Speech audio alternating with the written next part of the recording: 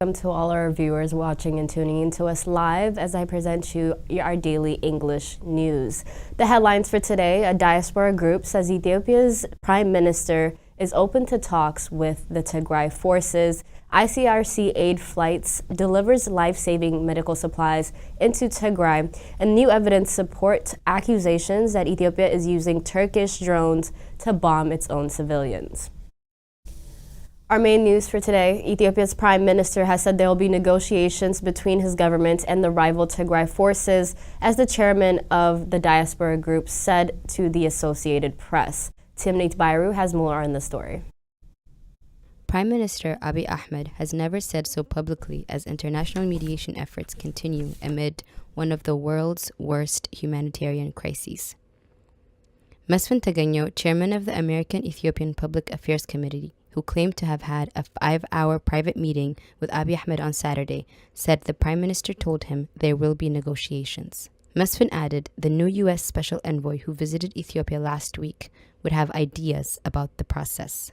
At first, the discussion was a little hostile to Abiy, Mesfin said, but the prime minister told the diaspora group that the Tigray forces were contained and that not pushing further into the Tigray region gives the government time to force ethnic Tigrayans to reconsider their support for the fighters. An official with U.S. Special Envoy David Satterfield did not immediately respond to questions. The U.S. has given no details about Satterfield's first visit to Ethiopia as Special Envoy last week.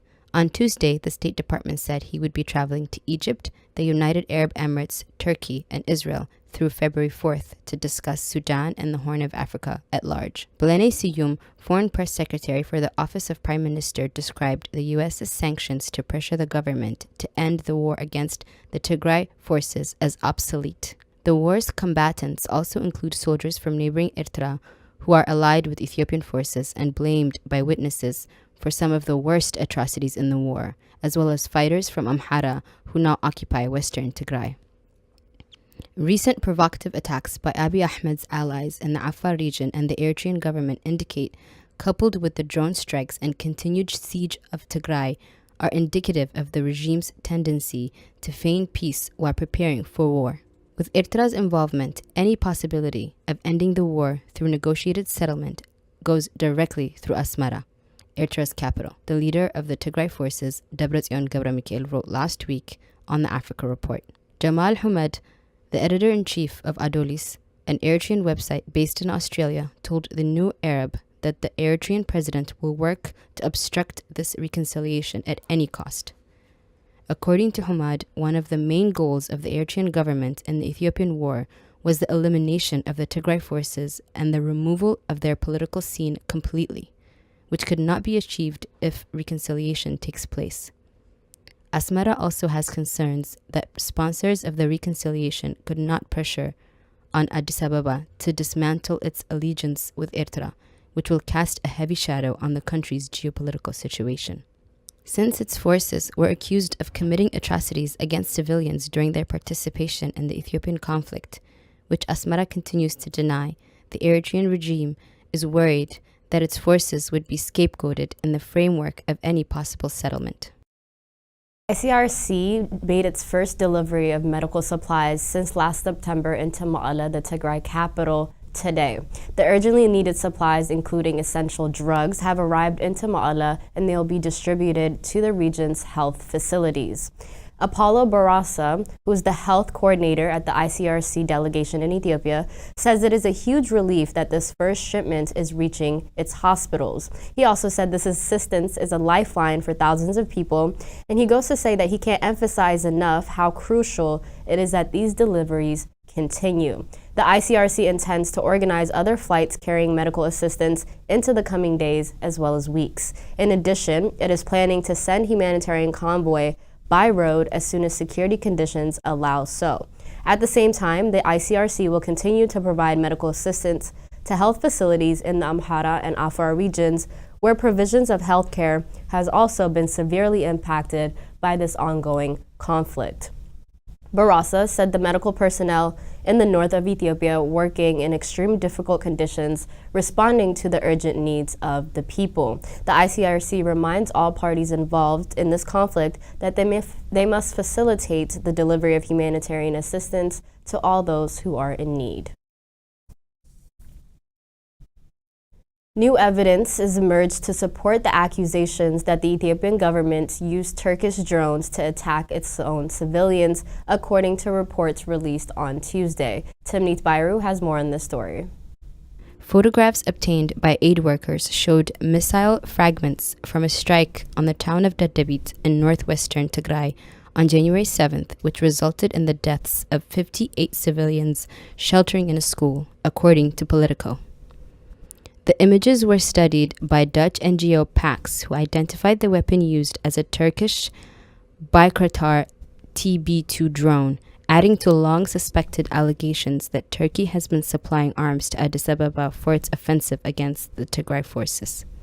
Earlier this month, satellite images confirmed the presence of TB2 armed drones at the Harar Meda military airport at Bishoftu, just south of Ethiopia's capital, according to PAX. The newly obtained photos provide further evidence to support claims that Turkey is capitalizing on Ethiopia's conflict, in direct contradiction to the Arms Trade Treaty, which regulates the trade in conventional weapons such as drones and was signed by Ankara in 2013, representatives from the NGO said. Bayraktar, the alleged manufacturer of the drones, is where Erdogan's son-in-law, Selçuk Bayraktar, works as chief technology officer. Turkey has been rapidly building up its drone export industry, developing the cheap but effective weapon of choice for many states, according to the Carnegie Endowment for International Peace. U.S. authorities have already expressed concerns over Turkey's sale of armed drones to Ethiopia, which two sources familiar with the matter stating there was mounting evidence of the trade, according to Reuters. The New Arab contacted the Turkish embassy in London about the sale of drones to Ethiopia, which did not respond to a request for comment. Politico asked the Turkish government spokespeople in Ankara about the sale of munitions to the East African country, but did not receive a response. Politico asked Turkish government spokesperson in Ankara about the sale of munitions to the East African country, but did not receive a response. The use of armed drones in Ethiopia's conflict, as with the use of any air power, raises questions about collateral damage and civilian deaths, which are all but inevitable from airstrikes during a prolonged conflict. There is clearly a very low threshold for what constitutes a military target, says Will Davidson, senior Ethiopia analyst for International Crisis Group. He notes airstrikes carried out on a hydropower station and a textile factory and others which have caused civilian deaths in the likes of marketplaces and displaced camps in Tigray. When retreating from Ma'ala, the Ethiopian government declared the whole people of Tigray turned against them. For them, any differentiation between a soldier and a civilian doesn't work, and thus the reason for indiscriminate attacks and choice of targets is for maximum kill, says an Ethiopian academic who has worked on African issues of peace and security, including as a senior advisor for the UN, who requested anonymity. This has been an exceedingly dirty and bitter fight. The list of potential war crimes in the Ethiopian conflict is long. This war has been characterized by misinformation, confusion, ethnic hatred, extrajudicial killings, systematic rape, and massacres of civilians. The PAX report says though Turkey signed the Arms Trade Treaty, an international treaty that regulates the trade in conventional weapons, including armed drones, it still has not ratified it yet.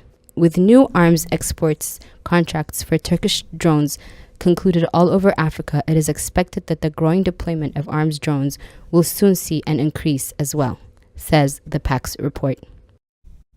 Ethiopia's cabinet on Wednesday approved the lifting of a 6-month state of emergency ahead of its expiration. Prime Minister Abiy Ahmed's office said in a statement the decision was made in light of the changing security conditions within the country. Ethiopia declared the state of emergency back in November after forces from the northern region of Tigray said that they had gained territory and were considering marching onto the capital of Addis Ababa. The statement from the Prime Minister's office said, "Now we have reached a stage where their threats can be neutralized through regular law enforcement mechanisms." The cabinet's decision was sent into Parliament for its approval. Over the weekend, the Ethiopian military said it was planning to enter Tigray regional capital of Ma'ala and so-called eliminate the Tigray forces. The statement came in diplomatic efforts to end the conflict that broke out in November of 2020 and has displaced millions and triggered a widespread hunger and humanitarian crisis. That concludes our news for today. Thank you so much for tuning in. Goodbye.